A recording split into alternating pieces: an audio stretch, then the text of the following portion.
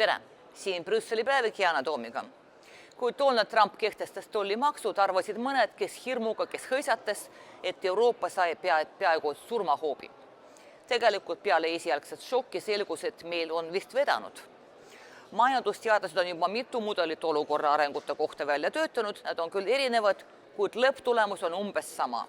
Kuigi kaubandussõdades võitjad reeglina ei ole, kannatab Euroopa majandus igal juhul palju vähem kui USA oma.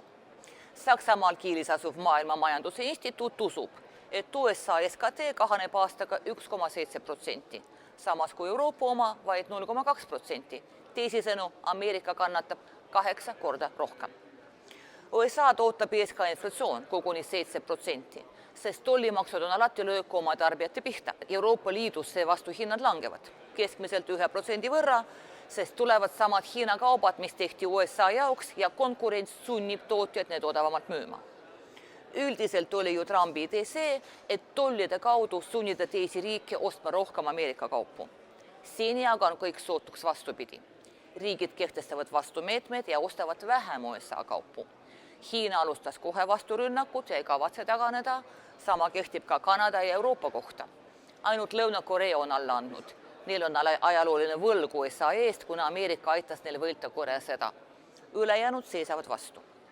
Nii et Trump tahes tahtmata surub oma rivaale üksteise embusesse.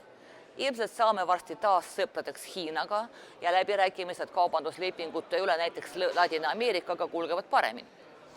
Riigid muutuvad vastutulelikumaks ja sõbralikumaks, muide ka Euroopa Liidu sees. Ühised hädad teatavasti liidavad. Aga Ameerikaga ei saa ju tegelikult tülitseda, see on NATO liitlane ja peamine kaubanduspartner, on ju? On jah? Sellepärast kehtestas Euroopa Liit vastumeetmed ja külmutas neid, kui Trump külmutas omasid. Kusjuures meil on oma Trump, mille USA millegipärast jättis kahe silma vahele. Nimelt kehtestas Trump tolle kaupadele, mitte teenustele. Tõsi, Euroopa Liit müüb USA-le rohkem kaupu kui Ameerika meile, aga teenuste puhul on olukord täpselt vastupidine. Ostame Ameerikast, eriti tehnoloogiafirmadelt, Big Techist, teenuseid tohutute summade eest. Nii et kui USA läbirääkimistel ei käitu konstruktiivselt, saab Euroopa Liit kehtestada nendele teenustele tolle. Veel saab maksustada USA ettevõtjad, keelata neil investeerida Euroopa Liitu ja isegi piirata nende intellektuaalomandi õigusi. Ameerika ärile see arusaadavalt ei meeldiks. Ja küll need ärimehed juba oskavad oma pahameelt presidendile selgeks teha.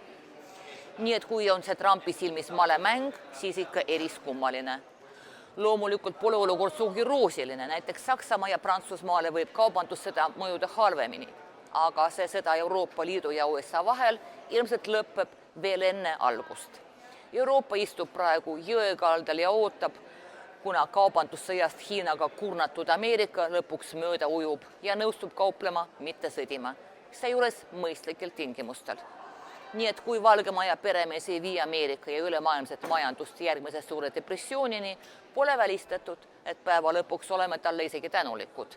Tema küll kogemata tehtud, aga siiski panuse eest Euroopa majandusse ja rahvusvahelisse sõprusesse. Püsige terved ja kohtume nädala pärast.